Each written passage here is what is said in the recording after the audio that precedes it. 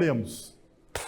Pai, nós queremos te agradecer pelo teu amor em Cristo Jesus, por esse tempo onde nós ouvimos já a tua palavra, o Senhor já está falando aos nossos corações, o Senhor está derramando da tua graça e da tua misericórdia sobre nossas vidas. E agora nós vamos ouvir a exposição, a Deus, das Sagradas Escrituras e precisamos da tua ajuda através da instrumentalidade do teu Santo Espírito em nós, ó Pai, para que nós possamos compreender, absorver e praticar aquilo que nós vamos ouvir hoje, Senhor. Então nos ajuda, fala aos nossos corações, é em nome de Jesus que nós oramos.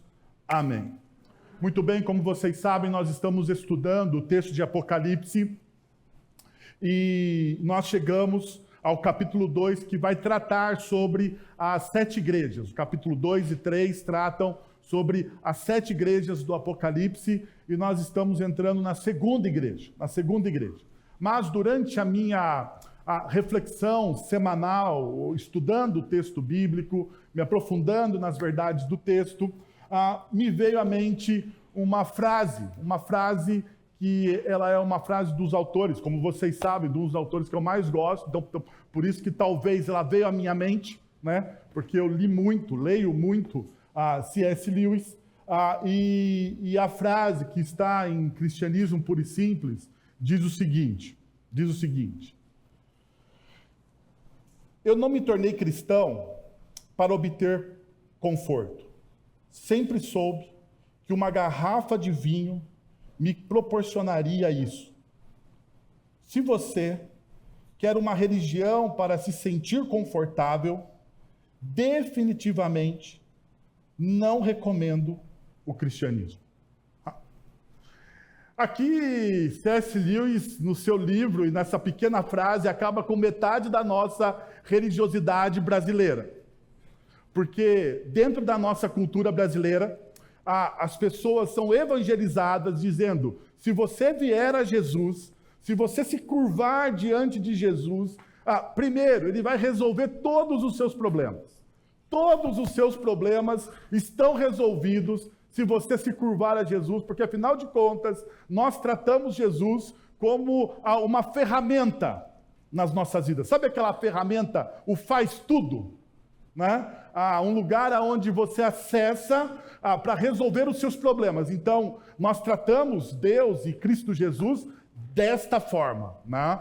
Então, você tem algum problema, o seu problema está na sua vida sentimental, na sua vida financeira, no seu trabalho, em qualquer área onde você tem uma certa atuação, você tem aquele problema, então você acessa a Deus e diz, Deus, eu tenho um problema e você precisa resolver.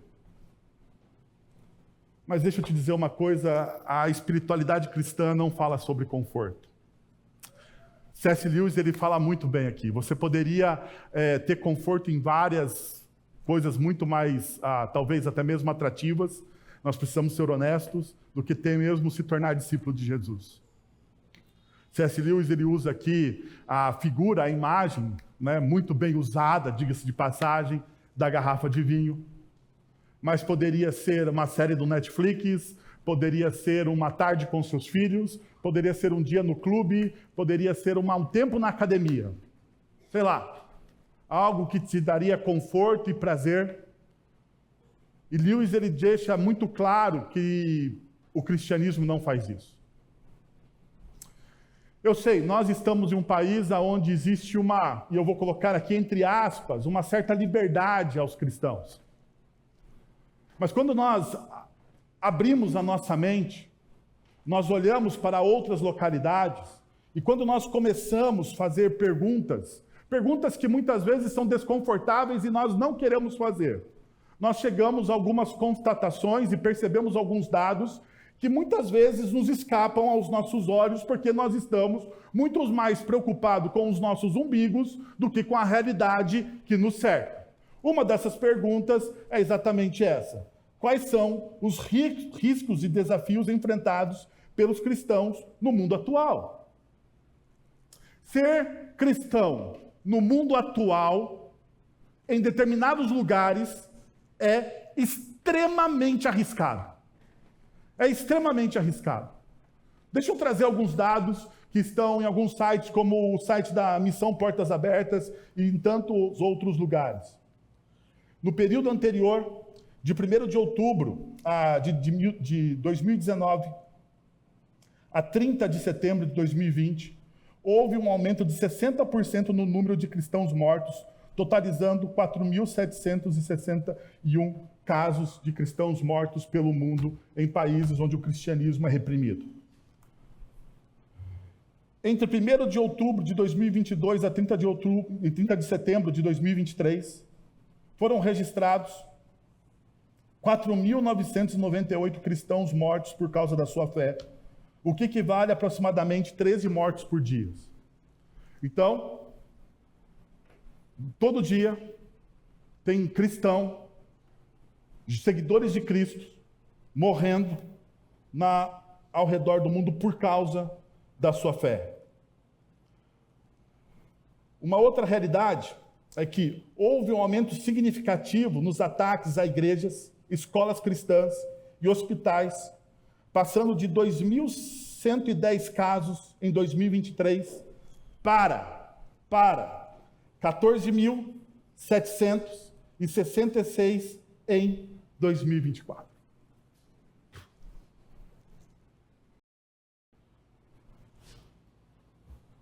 Cerca de 16 milhões de cristãos foram forçados a fugir de suas casas no último ano de 2024.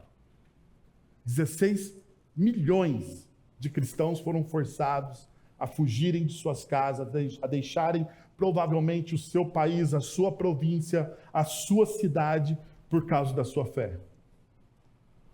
Na China, onde cerca de 10 mil igrejas foram fechadas, e na Índia, com 2.228 ataques à igreja.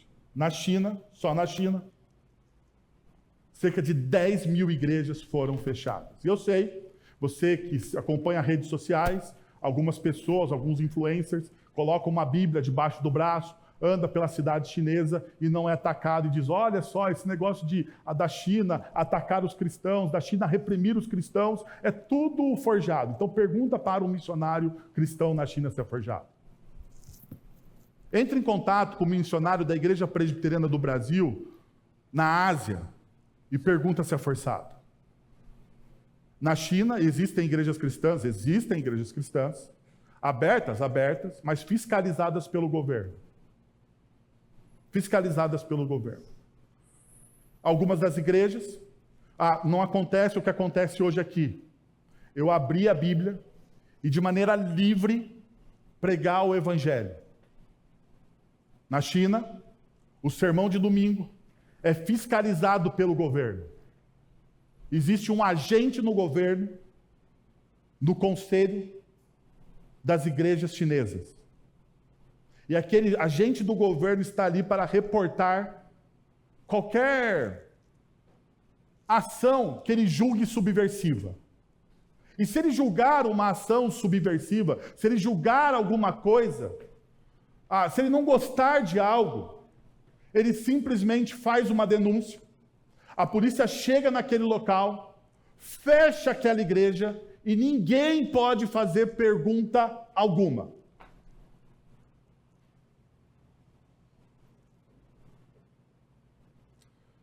Algum tempo atrás, alguns amigos meus, pessoais,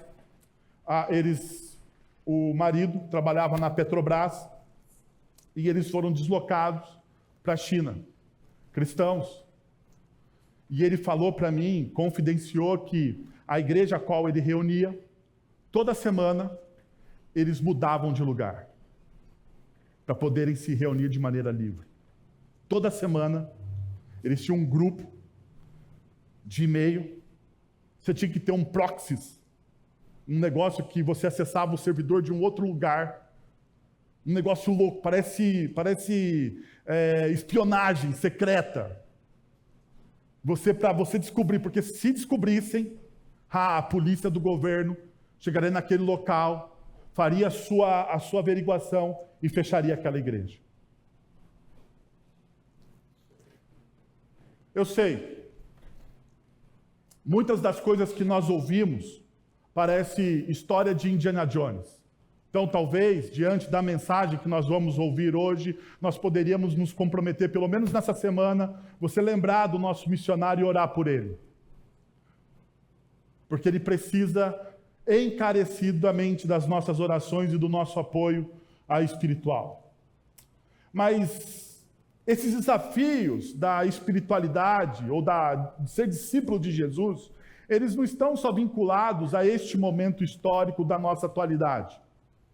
Eles estão vinculados a toda a história da cristandade. Abre comigo então, no texto que nós vamos estudar hoje pela manhã, que é Apocalipse, capítulo 2, versos de 8 a 11. Apocalipse, capítulo de número 2, versos de 8 a 11, diz o seguinte: Ao anjo da igreja de Esmirna escreva: Essas são as palavras daquele que é o primeiro e o último, que morreu e tornou a viver. Conheço as suas aflições e a sua pobreza, mas você é rico. Conheço a blasfêmia dos que se dizem judeus, mas não são, sendo antes sinagoga de Satanás. Não tenham medo do que está prestes a sofrer. O diabo lançará alguns de vocês na prisão para prová-los, e vocês sofrerão perseguição durante 10 dias. Ser fiel até a morte, e eu lhe darei a coroa da vida. Aquele que tem ouvidos, ouça o que o Espírito diz às igrejas. O vencedor, de modo algum, sofrerá a segunda morte. Perceba, existe desde sempre na história da comunidade de discípulos de Cristo Jesus perseguição. A perseguição ela pode ser explícita ou implícita.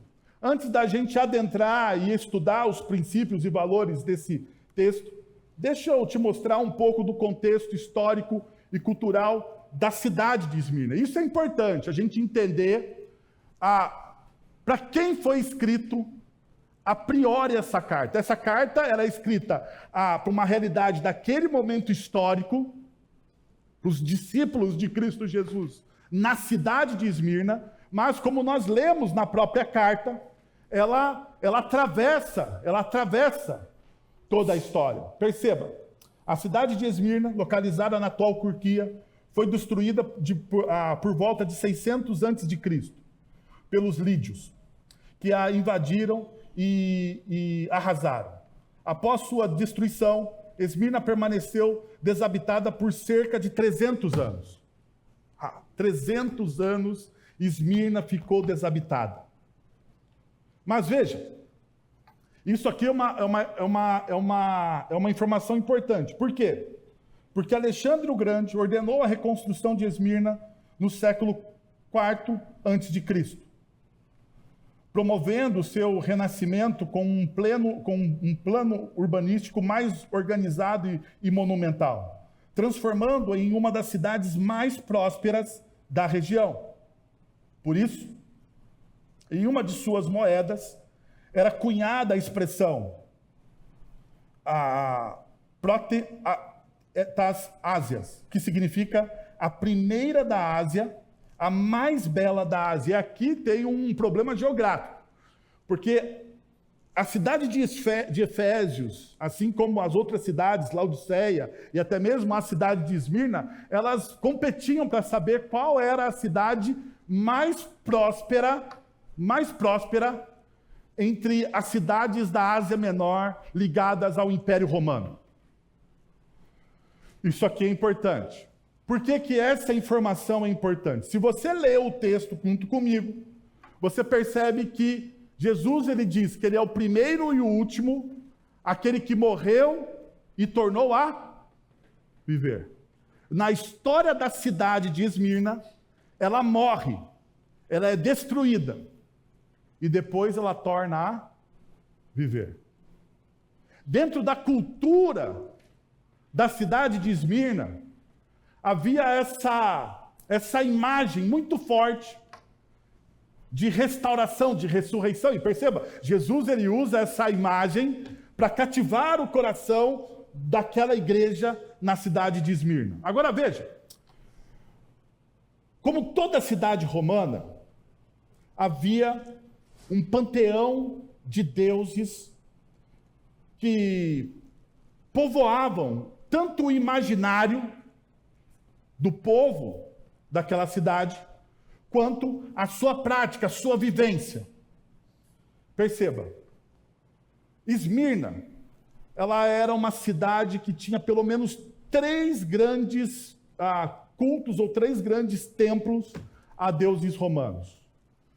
Diferente de outras cidades, em Esmirna a gente tinha culto a Roma. A deusa Roma personificava o espírito e poder de Roma, simbolizando a lealdade ao império. Era também padroeira das guildas dos comerciantes. Aqui, mais uma informação importante quando você está estudando o texto de Apocalipse, capítulo 2, versos de 8 a 11.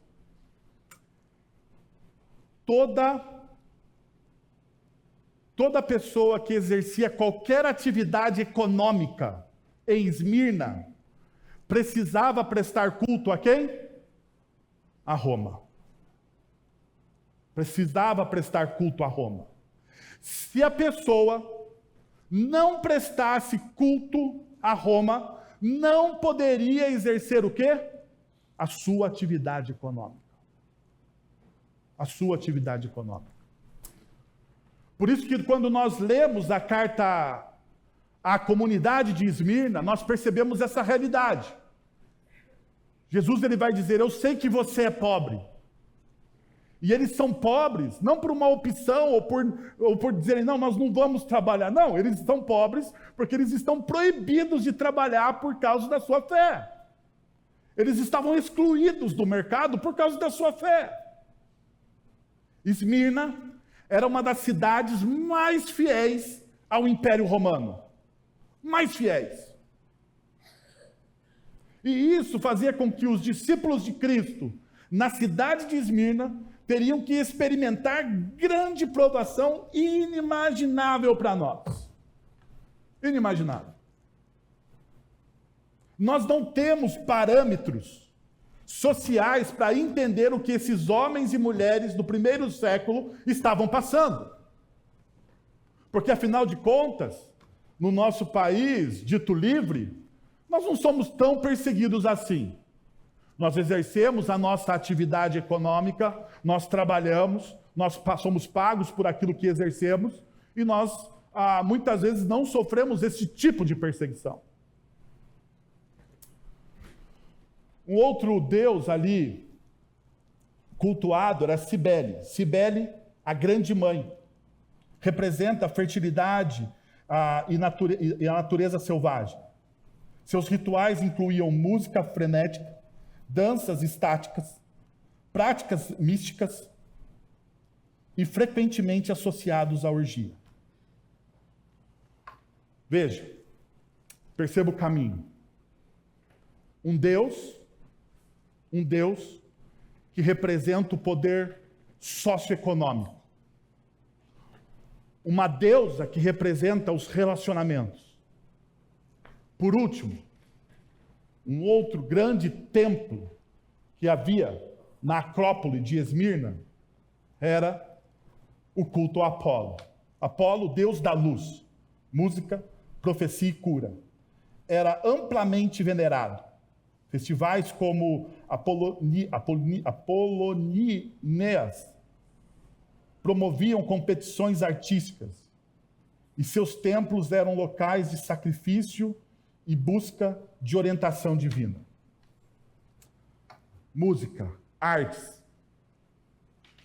A cultura de Esmirna, a cultura, para onde você olhasse na cidade de Esmirna, ela estava povoada por deuses, por ídolos. Político, econômico, relacionamentos e a arte. Todos os lugares. Perceba. Precisamos então fazer uma outra pergunta que incomoda o nosso coração. Quais desafios enfrentamos como cristãos em culturas livres para viver de forma autêntica e plena como discípulos de Jesus? Quais são os desafios? Porque nós estamos assim em uma cultura que aparentemente parece ser livre. Aparentemente parece ser livre. Aparentemente nós não temos a mesma perseguição que os crentes ou os irmãos que estavam ali na cidade de Esmirna sofriam. Mas perceba uma coisa.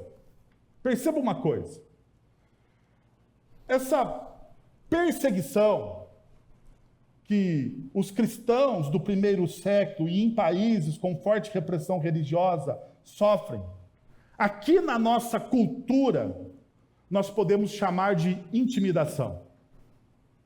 Intimidação. Então, nós precisamos entender qual é, dentro da nossa cultura, o caminho da intimidação.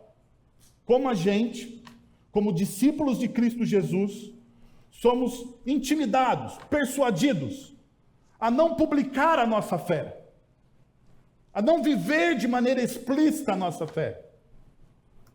Veja, alguns movimentos acontecem. Primeiro, a discriminação sociocultural.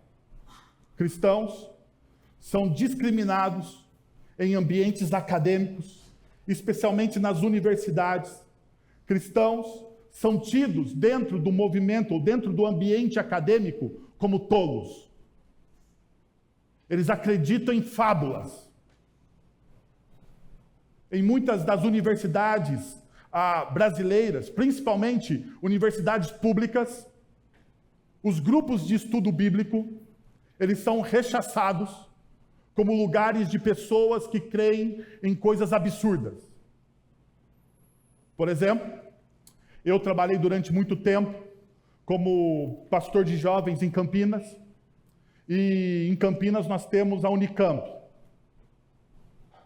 E quando nós reunimos o grupo de estudo em alguns dos pátios, nós tínhamos um grupo de estudo no pátio da Universidade de Engenharia de Alimentos.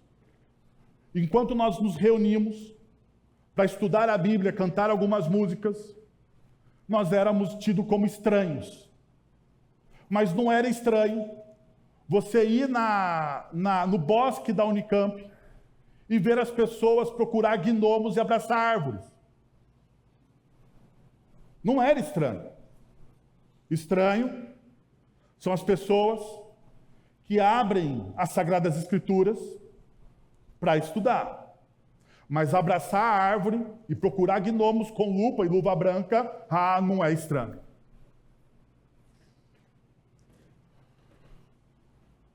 Um outro fator que acontece é a restrição à liberdade de expressão.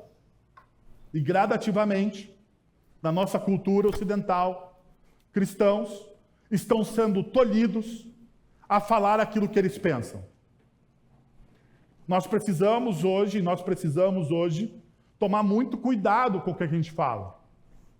Há um tempo atrás, eu pregando um sermão aqui na nossa comunidade, terminei de pregar, um dos nossos líderes, após a mensagem, disse: pastor, o senhor falou uma frase, eu acho melhor a gente editar essa frase, porque pode dar processo.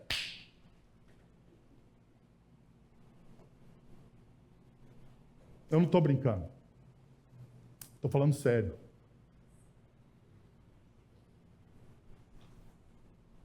Nós estamos sendo tolhidos.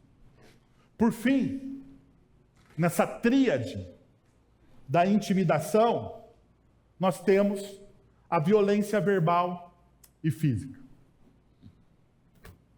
Violência verbal e física. Na última semana, viralizou na internet um pastor na Avenida Paulista. Não sei se você sabe, mas na capital do nosso estado, na sua principal avenida, a Avenida Paulista, aos finais de semana, a avenida é fechada. Para eventos, caminhada, tem lá show de bandas, tem todo tipo de evento. Tem roda de capoeira de um lado, show de banda de rock do outro, e no meio deste caminho havia um pregador, um pastor. Eu não estou fazendo juízo de valor se o pastor ou o pregador estava certo de manifestar a sua fé do jeito que ele estava fazendo. Não estou entrando neste juízo de valor. O que eu estou olhando é a Avenida Paulista,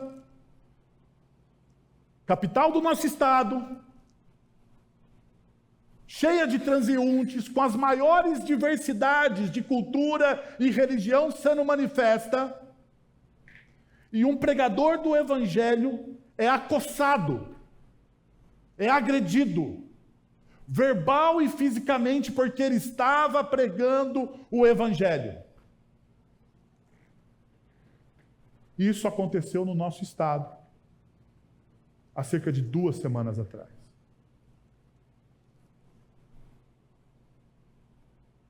A pergunta é, será que o nosso país de fato é livre? Deixa eu tentar te mostrar o que está acontecendo na nossa cultura. E como as pessoas estão nos vendo agora. Primeiro, existem 3 pilares dentro da espiritualidade ou da visão cristã, da cosmovisão cristã, que são inegociáveis.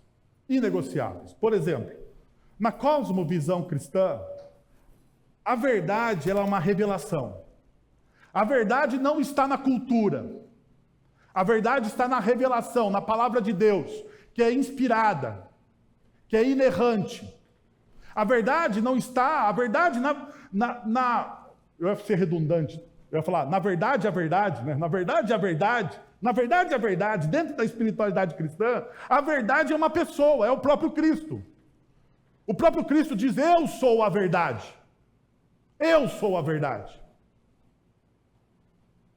Então a verdade, dentro da espiritualidade cristã, ela é uma revelação. Dentro da modernidade, a verdade tem a ver com a razão. É aquilo que se prova. É o empírico. Então, na modernidade, ou na teologia moderna, por exemplo, quem estuda aqui, os nossos teólogos de plantão, na teologia moderna, os teólogos modernos, eles não gostam muito de milagres. Por exemplo, Rodolfo Bultmann, um dos teólogos modernos, refuta os milagres de Cristo Jesus.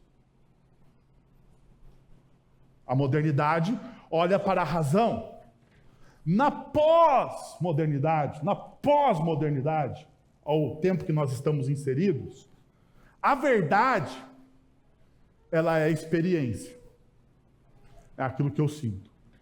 A minha experiência é verdade. A verdade não é mais aquilo que eu provo. A verdade não é uma revelação que está fora de mim. A verdade, então, está dentro de... É a minha experiência.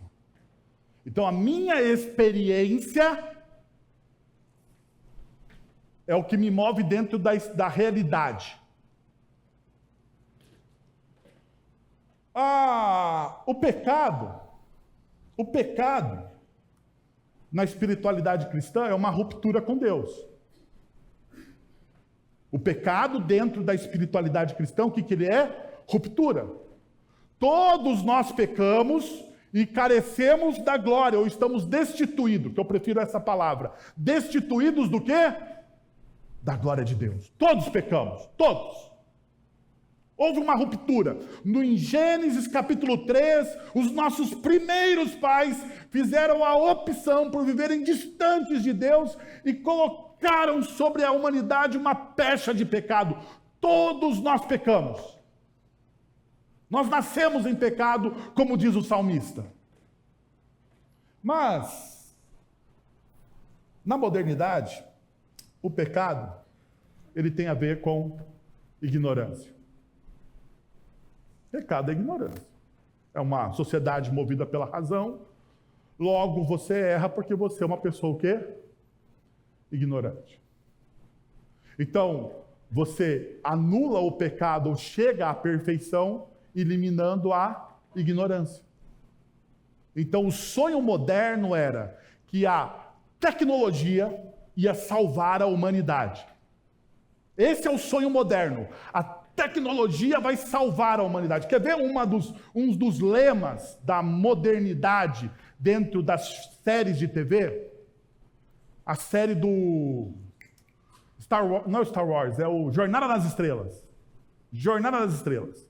Jornada nas Estrelas tinha um mote, tinha um slogan: ir aonde nenhum homem jamais foi. E lá nós encontraríamos a redenção da humanidade. Redenção. Mas na pós-modernidade, falar sobre pecado é quase proibido, porque pecado é intolerância. Se eu chegar e pregar sobre pecado, domingo após domingo, meu irmão, nosso templo aqui vai se esvaziar. Porque como alguém pode me acusar dos meus erros? Como que Deus está preocupado com os meus pequenos erros? Deus não compreende as minhas fraquezas? Deus não compreende as minhas falhas? E os meus desejos? Aonde estão os meus desejos? Aonde está o lugar do meu desejo? Aonde está o meu lugar de fala? Meu lugar de fala.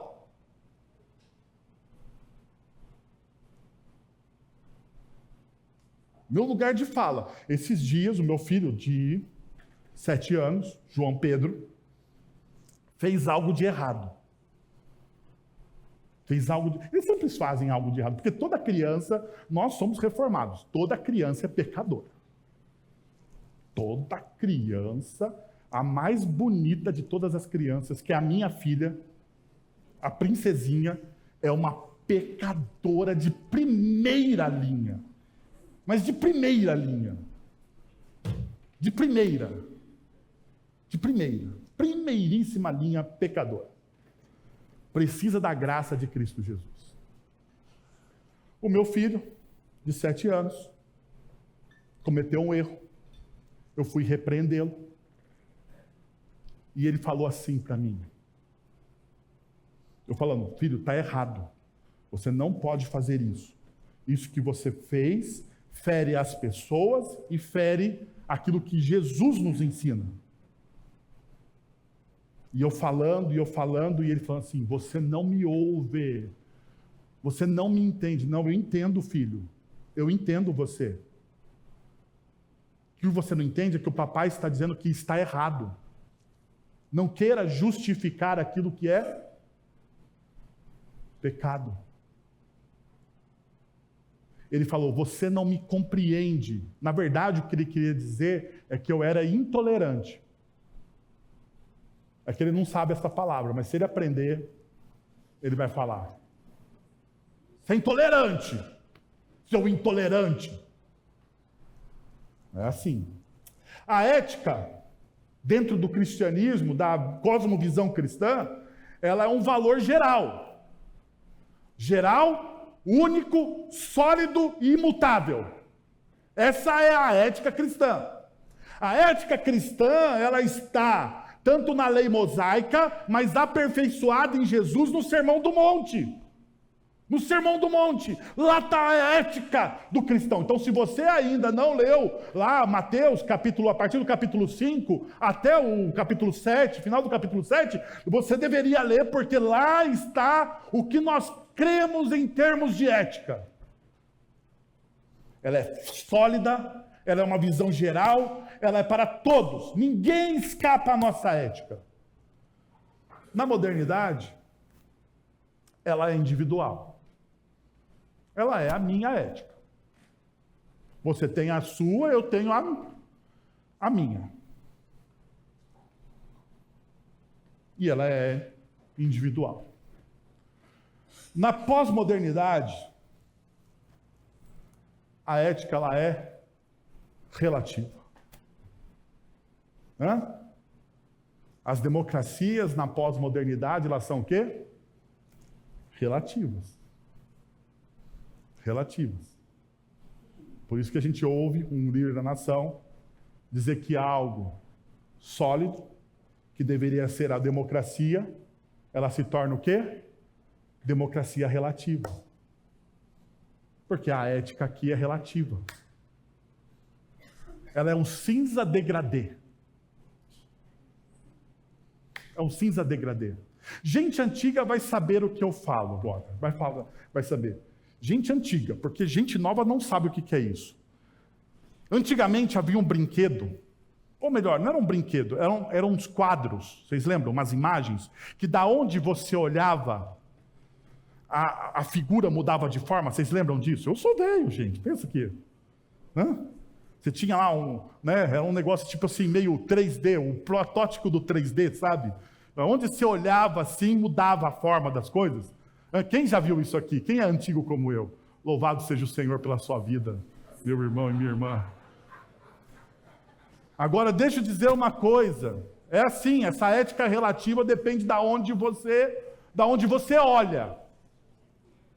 Ela toma a forma conforme o seu olhar.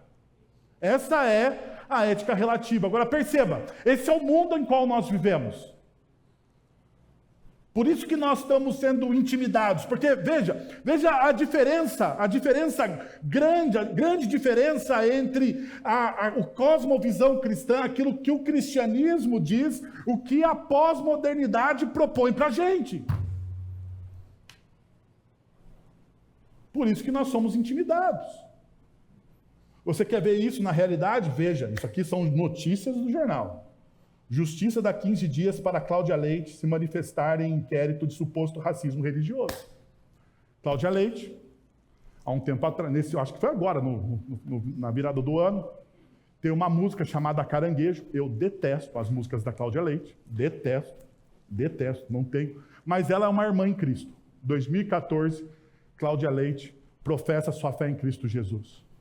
Nessa música Caranguejo, que foi uma música feita para ela, cantar para ela, os compositores fizeram para ela cantar, tem uma referência a uma entidade, agora eu não sei, da religião afrodescendente, mas não sei qual ramo da religião afrodescendente é. Tem uma entidade lá, tem uma referência à entidade. E daí ela trocou o nome da referência da entidade afrodescendente para Yeshua. Ao invés de ela cantar o nome da entidade religiosa, ela cantava o nome de Yeshua. Yeshua é o nome de Jesus na música. Por causa disso, de uma música feita para ela, o Ministério Público Federal abriu um inquérito contra a Cláudia Leite. O Ministério Público não tem mais nada o que fazer na vida dele. Vocês vão cortar isso porque dá processo depois. Não tem mais nada o que fazer na vida dele de não defender os direitos dos oprimidos no nosso país e vai se meter com uma música de alguém que cantou. Alguns anos atrás, aquele grupo que até alguns crentes gostam, chamado Porta dos Fundos, fez um especial de Natal, onde Jesus era retratado como gay. O STF vai lá e libera Jesus sendo retratado como gay, de maneira unânime.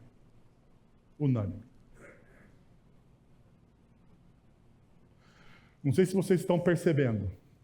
2 pesos e 2 medidas dentro da justiça ou do sistema judiciário brasileiro. Jesus sendo retratado como gay, para cristãos conservadores como nós, não é ofensa nenhuma. Trocar o nome de uma entidade pelo nome de Jesus é uma ofensa, é um racismo religioso. Racismo religioso. Por fim, a Gazeta do Povo estampou, há meses atrás, essa notícia. Universitários cristãos relatam aumento de intolerância religiosa nas instituições. Isso agora, final de 2024.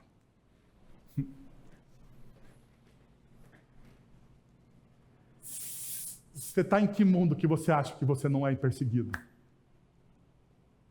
Hã? Talvez, e aqui está uma coisa, talvez você não seja perseguido porque você está aí enclausurado. Enclausurado. Fechado. Aquilo que alguns pastores antigamente falavam de você é um crente agente secreto. Um crente agente secreto. Né? Ninguém sabe que você é um discípulo de Jesus. A pergunta é se nós somos chamados a sermos agentes secretos. A pergunta passa, então, ou a pergunta desconfortável agora, passa a ser outra. Como nos mantemos fiéis em uma cultura de intimidação? Como nos mantemos fiéis em uma cultura de intimidação? Porque você e eu estamos aqui, nessa cultura. Não tem como você fugir. Não pense em você que você vai fechar a porta da sua casa e você vai falar, vou fugir da cultura. Não tem como. Você está inserido nessa cultura, você faz parte dessa cultura, você comunga dessa cultura, você precisa viver nesse país. Como? O texto bíblico vai nos dar essa solução com os nossos irmãos de Esmirna. Perceba, primeiro, confie no Senhor que domina o começo, o fim e todo o meio. Confie no Senhor, naquele que domina, que é o dono do começo, do fim e de todo o meio que existe na história. Veja o que o texto bíblico que nós lemos diz. Estas são as palavras daquele que é o primeiro e o último, que morreu e tornou a viver. Jesus se apresenta como primeiro e último, demonstrando que ele está acima de todas as coisas, inclusive do poder humano e da cultura. Jesus mostra a sua soberania. Perceba as palavras que João usa no seu relato desse primeiro e último, protos, o primeiro. Refere-se ao princípio ou causa primeira de todas as coisas, representando a origem e a autoridade suprema. Jesus está dizendo, quando João diz, ele é o protos, ele é o primeiro de todas as coisas, está mostrando que por meio dele, como diz o apóstolo Paulo, que ele é o motivo inicial de tudo. Inicial. Ele reivindica todas as coisas como iniciadas nele. Mas ele não é só o primeiro. O texto bíblico diz que ele é o escatos, o último também. Está ligado ao propósito final de tudo que existe, refletindo na visão grega a realização do desígnio divino. Jesus, ele é o primeiro de todas as coisas, o alicerce de todas as coisas, e ele é o objetivo final de tudo. O que isso nos deveria dar no nosso coração diante dessa verdade? Segurança. Segurança de que nós estamos sendo alicerçados, construindo a nossa vida sobre ele. Por isso que no Sermão do Monte, lembra do texto da ética cristã? No Sermão do Monte, Jesus diz, ou fala sobre a ansiedade da vida, e ao falar sobre a ansiedade da vida, ele fala aos seus discípulos que eles devem construir a sua casa, a estrutura da sua vida sobre o quê? Sobre a rocha. Sobre ele. Sobre ele. Sobre a rocha, vocês devem construir a vida de vocês sobre a minha perspectiva, porque eu sou o protos, eu sou o primeiro, eu sou a grande rocha. Então, diante de vocês virão as chuvas, soplarão os ventos, e você não se abalará. Por quê? Porque você construiu a sua vida sobre mim. E você não precisa ficar preocupado, porque eu sou o final de todas as coisas. É o que Jesus está dizendo, eu sou o final de todas as coisas. E por que Jesus diz isso, eu sou o final de todas as coisas? Porque tudo vai redundar para a glória dele. Perceba o que ele vai dizer no texto, seguindo o versículo. Ele morreu e tornou a viver. Jesus, seguir a Jesus, que venceu a morte, nos dá coragem para enfrentar o sofrimento ou qualquer outra coisa que aconteça na nossa vida. lembrando-nos de que nenhuma intimidação tem a palavra final sobre nós. Ele é o primeiro e o último. Ele é aquele que torna a viver. Se você crê que Jesus morreu e ressuscitou, então a maior ameaça da existência nossa, a morte, já foi derrotada. Essa realidade muda completamente a maneira como você enfrenta as pequenas mortes do dia a dia. A rejeição cultural, a pressão social, a dissimulação, a calúnia. Todas essas pequenas mortes diante dessa realidade de que Ele é a última palavra de Deus para nossas vidas, elas perdem força de maneira definitiva para nós. Quando Jesus é o primeiro e o último, você pode descansar sabendo que Ele sustenta o início e o fim da sua história. Ele sustenta o início e o fim da sua história, e mais, de tudo que acontece no meio da sua história, apesar da nossa livre agência, está debaixo da sua soberania, está debaixo da sua permissão. E como diz Romanos, capítulo 8, verso de número 28, todas as coisas cooperam para o bem daqueles que o amam. Todas as coisas. As nossas certezas e as nossas incertezas cooperam para o bem daquele que o ama, que ama Cristo. Você já parou para pensar nessa verdade? Porque aqui nós temos uma das grandes dificuldades da teologia cristã. Soberania de Deus e responsabilidade humana.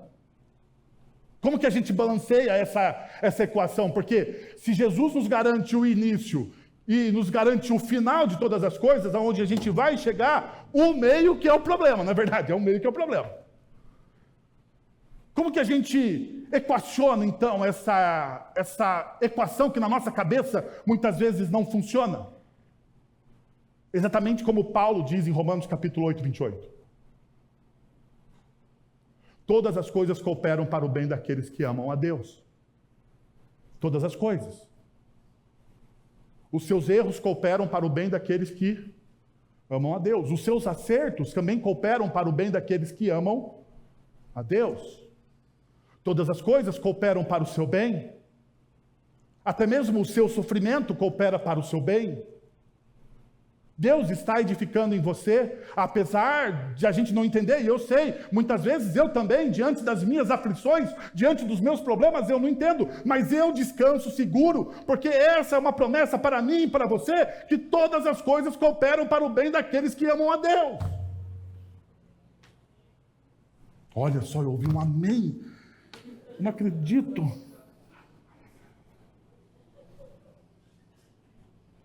Louvado seja o Senhor. Amém. Todas as coisas cooperam para o nosso bem. Mesmo em meio às dificuldades, somos chamados a participar ativamente do processo de santificação. Como Paulo nos exorta, ponham em ação a salvação de vocês com temor e tremor. Isso significa viver a salvação diariamente, permitindo que o fruto do Espírito flua em nossas vidas para a glória de Deus. Por isso, ele também declara, por mim, para mim, o viver é Cristo e o morrer é lucro. Não há perda. Preste atenção nessa realidade da promessa. Não existe perda para aqueles que amam a Deus. Tá ficando bom o negócio, perceberam, né? Não existe. Deus está transformando e criando e renovando todas as coisas e realizando a sua obra em nós. E parte dessa obra é o nosso sofrimento. Parte dessa obra é o nosso sofrimento. Mas veja, para mim o viver é Cristo e o morrer é lucro. Para mim o viver é Cristo e o morrer é lucro. Não existe perda. Existe perda? Não existe perda. Nós vivemos para Ele e morremos para Ele. Nós vivemos com Ele e somos glorificados nele. Abraçamos o mérito dele. Uma segunda realidade que o texto nos mostra é que reinterprete o sofrimento à luz do Evangelho. Você precisa reinterpretar o sofrimento que você está passando. que eu estou passando, que nós passamos na nossa vida. Não à luz dos nossos achismos, não à luz, perceba, não à luz da sua experiência particular. Porque na sua experiência particular, no seu achismo, não existe a verdade, porque o nosso coração é enganoso, não existe a verdade. Então veja, conheço as suas aflições e a sua pobreza, diz o texto bíblico. Conheço as suas aflições e a sua pobreza. O verbo aqui, o verbo indica um conhecimento profundo e pessoal, que vai além da informação teórica, sendo vivencial e experiencial. Jesus, ele conhece a nossa pobreza, não de maneira teórica.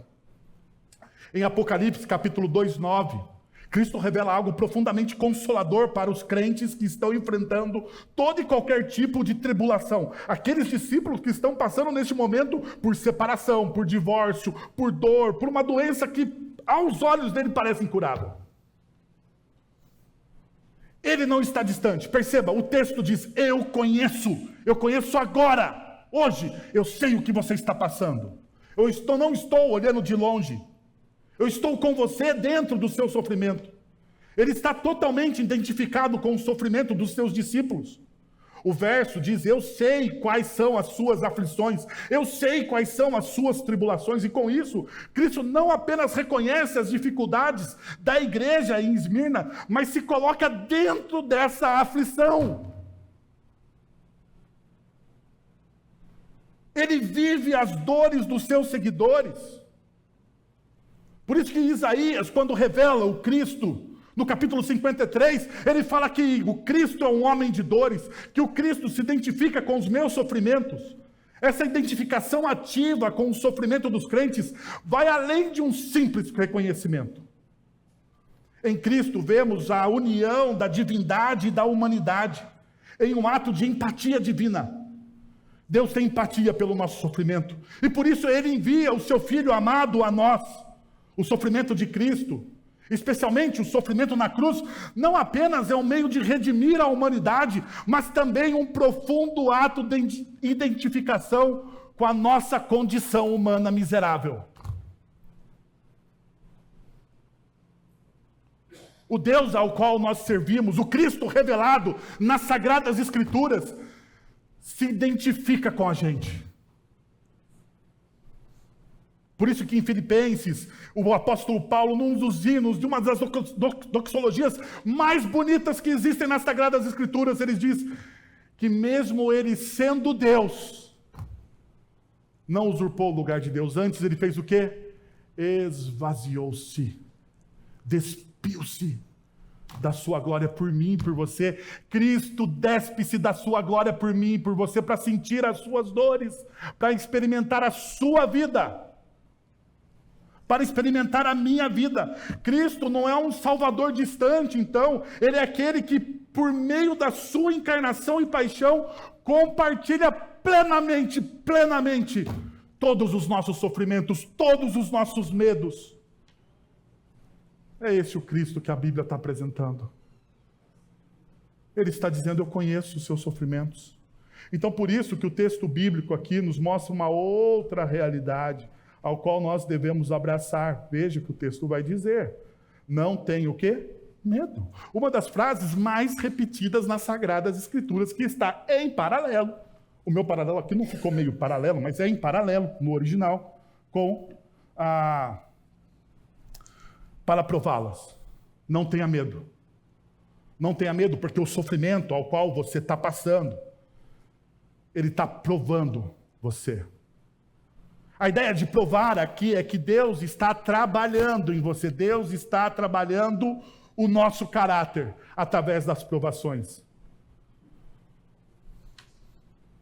Deus está trabalhando o meu e o seu caráter através dos momentos mais difíceis da nossa vida. Ele está aprofundando a nossa relação com Ele. Então perceba, Deus está trabalhando o nosso caráter. O medo não deve governar o nosso coração, pois cada aflição que enfrentamos está sendo usada por Deus para moldar o nosso caráter, cultivando fidelidade, paciência, esperança, devoção, adoração, misericórdia e uma série de outras virtudes que refletem sua graça em nós. Já diziam os antigos pregadores, se você deseja paciência, Deus vai te provar como o quê? Como uma pessoa chata do seu lado. Para você fazer o quê? Ganhar o quê? Paciência. Paciência. Deus vai pôr alguém do seu lado que perturbe você o tempo todo. E eu sei. Você não quer passar por isso, nem eu quero. Nós não queremos ter o nosso caráter trabalhado. Nós não queremos ser moldados, nós não queremos ser provados. Nós queremos abortar o processo. Nós queremos a glória sem o processo. Não é verdade?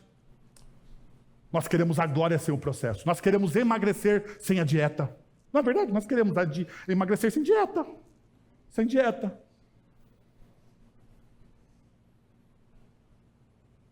Pastor Guilherme chega para mim e fala assim, pastor, estou preocupado. Fala, com o que, Guilherme? Você está preocupado? Com o quê? Você acabou de casar, quem casou agora não está preocupado com nada.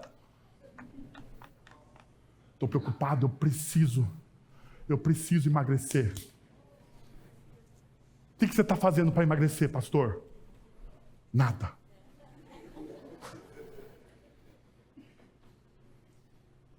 Nada.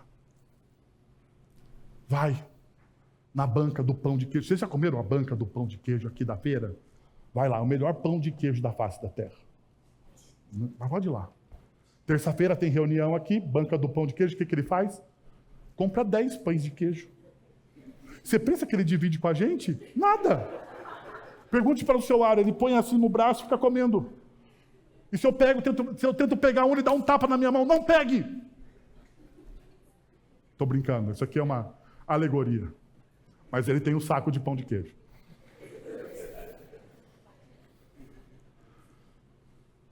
Nós queremos a glória sem o processo. Nós queremos o resultado sem o trabalho. É a mesma coisa que o jovem olha para o presbítero Sebastião e diz, eu quero ser um empreendedor. Daí o presbítero Sebastião, que é um empreendedor, fala, não terá mais férias na sua vida. Daí o jovem fala assim, mas como assim? Não terá, porque você é o dono do negócio. Se você não abrir, o negócio não abre. Não, se você não for, ninguém vai. É assim. Nós queremos a glória sem o processo, sem o trabalho. Quantas vezes eu vi plantadores, eu participo de um movimento de plantação de igrejas. Quanto eu vi plantadores de igreja. E o presbítero Sebastião também viu, porque ele participou de alguns projetos de plantação de igreja. Quantas vezes nós vemos no final do projeto o plantador desesperado? Porque não fez a lição de casa, que era a glória sem o trabalho. Lembre-se de uma coisa, Deus abençoa o fruto do nosso trabalho, Deus não abençoa o fruto da nossa preguiça. Então o texto bíblico nos leva a essa realidade de que Deus vai provar e Deus vai trabalhar o seu caráter, Deus vai dar a você paciência, Deus vai dar para você piedade, Deus vai dar para você esperança, devoção, você vai adorar melhor no dia em que você for provado. Você já parou para pensar que como a nossa oração melhora quando a gente está em dificuldade? Como a gente fica mais misericordioso com os outros? Quando a gente está passando por um momento onde a gente precisa de misericórdia? Já parou para pensar nisso? Quando a gente fica mais gracioso? Como a gente fica mais generoso quando a gente precisa de generosidade com a gente? Deus trabalha o nosso caráter nisso. E era o que ele estava falando. Então perceba. É aonde o texto bíblico nos leva. A terceira lição que o texto bíblico me ensina aqui é essa. Olhe para a promessa que supera tudo o que é temporário. Se você não quer negociar os seus valores e na sua vida você precisa olhar para a promessa. Olhar para a promessa. Porque essa promessa supera tudo aquilo que é temporário. E daí você vê o versículo de 9, nós chegamos aí nos versículos mais difíceis do nosso texto. Conheço a blasfêmia dos que se dizem judeus e não são, sendo antes sinagogas de Satanás. Perceba uma coisa. O que é a blasfêmia aqui? Uma negação do verdadeiro Deus. João usa o termo blasfêmia para expor uma verdade desconfortável. O maior ato de desonra a Deus não é apenas rejeitá-lo explicitamente, mas distorcer sua verdade e o seu caráter. Distorcer a verdade de Deus e o seu caráter gera-se blasfêmia. Os judeus de Esmirna alegavam ser o povo de Deus. E aqui está falando de fato dos judeus de Esmirna. Nós tínhamos em Esmirna havia uma grande comunidade de judeus. Uma grande comunidade de judeus. Os judeus dessa comunidade em Esmirna alegavam ser o povo de Deus, mas o rejeitavam Jesus como Messias e perseguiam os cristãos. Estavam negando o centro da aliança divina. Estavam caluniando a igreja. Eles não apenas negaram o evangelho, mas também se colocaram à disposição do Estado para entregar os cristãos. Eles se aliaram ao sistema. Aqueles que um dia precisavam de misericórdia, que precisavam do amor e da graça de Deus, agora não estão agindo como isso. A blasfêmia está aqui, em negar a verdade de Deus, em negar os princípios de Deus, em negar a sua soberania. A blasfêmia, nesse caso, não é apenas palavras ditas contra Deus, mas ações que desonram o plano redentor do seu povo. Uma outra realidade que nós percebemos aqui é quando o próprio Cristo diz: eles se dizem judeus, mas não são. Por quê? Eles trocaram a sua identidade em Deus por uma identidade secularizada. Eles se alinharam ao Estado. Eles conspiraram. Alguns estudiosos dizem até mesmo que esses judeus adoravam dentro do templo dentro do templo da deusa Roma, para terem a permissão de negociar. Eles trocaram. Quantas vezes nós, que somos o povo da promessa, também não trocamos a nossa identidade? Porque perceba essa realidade: os judeus são o primeiro povo da promessa, o povo escolhido, aquele que Deus chamou através de Abraão. E aqui eles estão trocando o seu direito de primogenitura por um prato de lentilhas.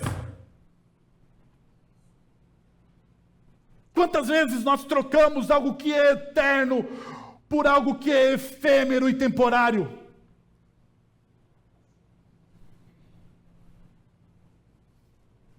Por isso, então, que o texto vai dizer: eles estão sendo o quê? Sinagoga de Satanás, o lugar onde Deus foi substituído.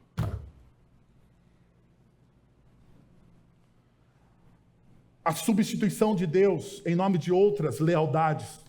Hoje, o conceito aqui falado, sinagoga de Satanás, pode ser aplicado àquelas situações em que a verdadeira adoração a Deus é trocada por lealdades culturais, políticas e sociais.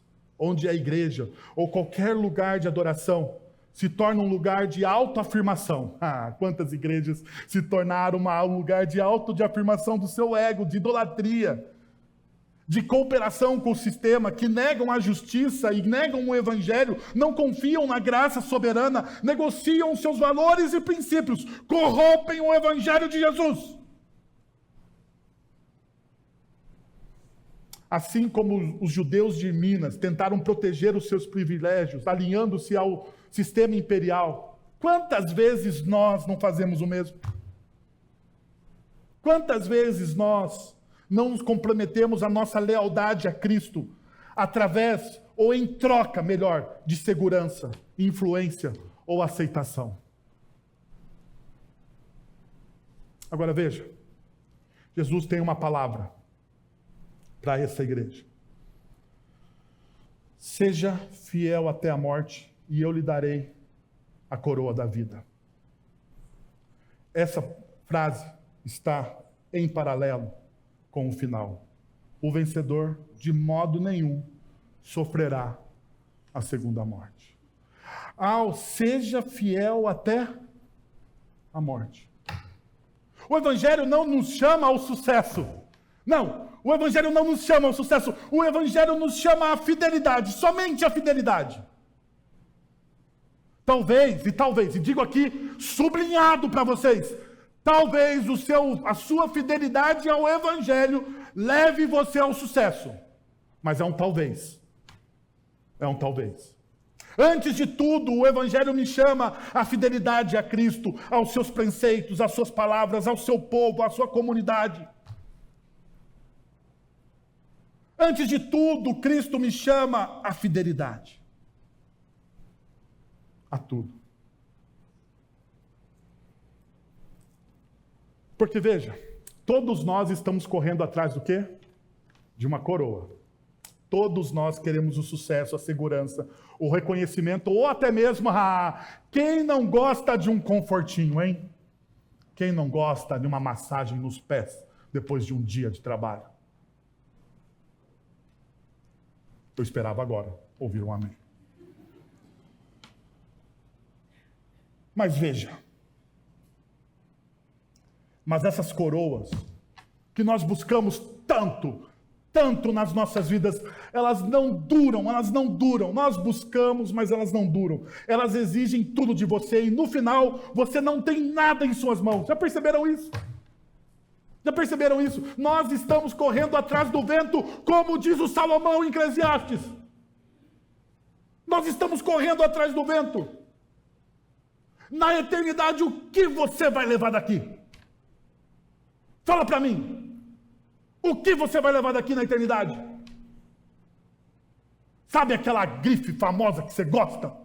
Você não vai levar. Você não vai levar. Você não vai levar suas bolsas, os seus sapatos, o seu computador, a sua coleção de moedas. Você não vai levar. Você não vai levar nada. A única coisa que você vai levar diante de Cristo é a sua fidelidade. É a sua fidelidade, é o seu amor. A única coisa que você vai levar diante de Cristo é o seu coração, é a sua entrega. Somente a coroa que Cristo nos oferece, ela é eterna, é algo que o sofrimento não pode tirar, é algo que as pessoas não podem tirar. Nem o governo pode tirar a sua coroa em Cristo. Ele tenta, mas não pode. Quando você entende isso, você não apenas pode enfrentar a sua intimidação, mas você também pode fazê-lo com paz e coragem. Com paz e coragem, porque você sabe que o verdadeiro prêmio está no final. Por último, deixa eu trazer aqui a história de Policarpo de Esmirna, o bispo de Esmirna. Policarpo de Esmirna foi um discípulo de Jesus, discipulado pelo próprio apóstolo João. Olha que privilégio. O primeiro bispo de Esmirna, pai da igreja. Policarpo, ele viveu de maneira fiel o evangelho. Perseguido na cidade de Esmirna. Mas teve um episódio interessante. Em determinado momento da história dele, algumas pessoas que o conheciam armam para ele uma arapuca, uma cilada. Essas pessoas que eram amigas e próximas de Policarpo convidam ele para um jantar na casa do representante do Império Romano. E Policarpo, confiando naquelas pessoas, ele vai à casa do representante do Império Romano. E quando Policarpo chega, eles jantam e tem lá as comemorações. E quando Policarpo, quando eles terminam o jantar, o representante do Império Romano olha para aqueles que estão todos ali juntos e fala: agora nós vamos ter um tempo de adoração a Deus a Roma. E Policarpo se nega a adorar a Roma. Policarpo se nega a adorar a Roma e as pessoas tentam persuadi-lo.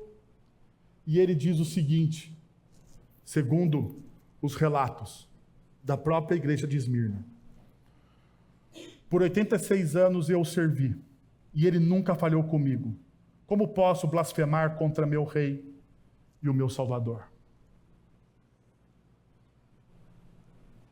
Policarpo, então, ao não se dobrar ao Império Romano, ele é condenado à morte por fogueira.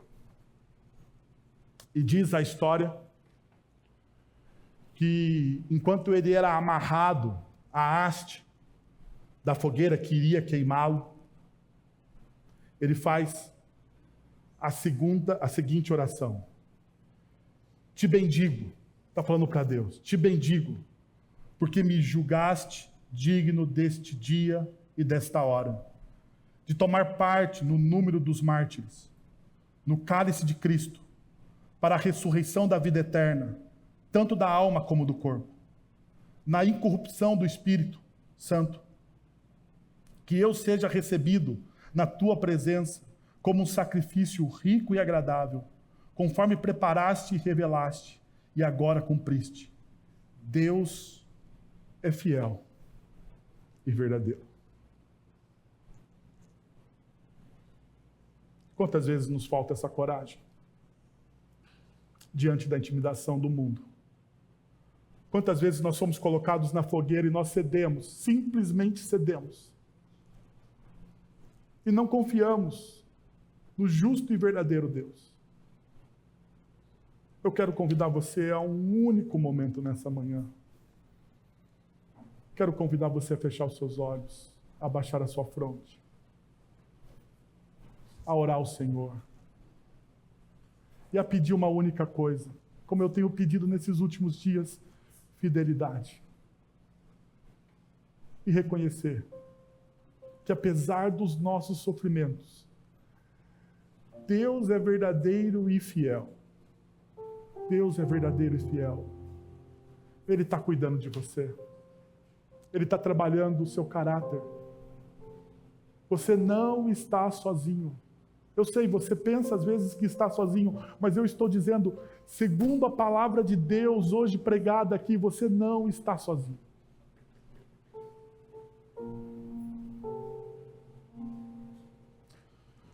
Pai, nós estamos na Tua presença, Deus, e ouvimos a Tua palavra nessa manhã, Senhor. Um desafio tremendo, a fidelidade, Senhor. Que essa palavra ecoe em nossos corações, ó Deus. Que esse chamado à fidelidade transborde nas nossas vidas, para que o Senhor seja glorificado em nós e através de nós, ó Deus. Que cada irmão, irmã aqui presente, Senhor, seja repleto da presença do Teu Santo Espírito, Pai. Que eles consigam compreender a extensão e a profundidade do Teu amor, experimentar da Tua graça, construírem as suas vidas alicerçadas no Cristo da verdade, Senhor. Que o Cristo seja o nosso farol e guia diante desse tempo de tormenta, Pai.